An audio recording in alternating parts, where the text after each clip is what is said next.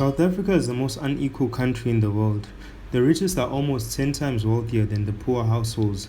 As a result, the future lifestyle of the average child is not determined by their intelligence, work ethic, and determination, but rather their financial standing, place of birth, the color of their skin, and the province they come from. This bimodal education system represents opportunity, privilege, as well as lack and disadvantage.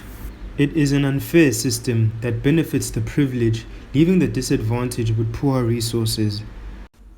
Utata Nelson Mandela uthi, education is the most powerful weapon which you can use to change the world.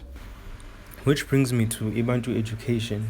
I would say Ibantu education was put in place to limit the knowledge of non-whites, to prevent them from becoming critical thinkers and not equipping them with necessary skills for the real world, career-wise and all of that. So by doing that, already a black person, while they're still in school, they're already limited in terms of the careers that they can do. This reminded me of Watongo's decolonizing the mind, how the oppressor's aim was to dominate the mental universe of the oppressed. By doing so, they achieve mental control over the oppressed, which is sort of similar to how Bantu education was used to restrict the development of non-whites. However, it's been 2 decades since Bantu education was eradicated from the South African educational curriculum, and a number of new curriculums have been introduced. The latest one being the CAPS curriculum. The CAPS curriculum was fully enforced in 2013 with its aim being to obviously improve the quality of education received by South Africans. Kodwa-ke, it seems to be the opposite of that. It seems like things are only becoming worse, with the number of subjects being offered in school decreasing. According to Elliot's article, the drama subjects in schools has been fused with 3 other subjects, being life skills, physical education, and creative arts.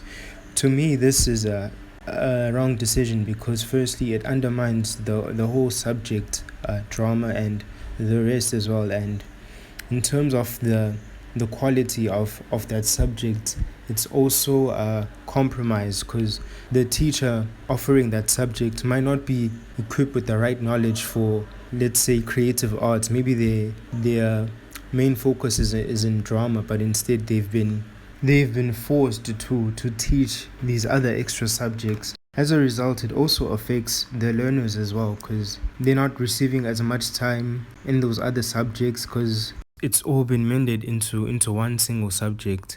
And interesting enough, a school in Western Cape, a couple of schools, they were given a special focus, I would say, in creative arts. And it turned out in the end of the year that those schools happened to be the worst performing schools in the drama subject in the whole country. Another thing that I find as a drawback in the CAPS curriculum is the grading system to pass. It seems like the marks have been dropped considerably to such a low percentage that it brings down our standard, and already we have a reputation of having the poorest education. And how much worse do you want to make it by setting such a low pass rate, meaning students that are being promoted to other grades have a minimal amount of knowledge about the subjects that they've learned. When they go to higher grades, they'll struggle because they didn't receive a substantial amount of knowledge to cope with the rest of the work that they will encounter in other grades. In conclusion, the South African education system definitely needs a change urgently, and I believe this can be achieved through Paulo Freire's praxis, which is a combination of 3 elements: reflection, critical dialogue, and action, in order to transform the South African education system.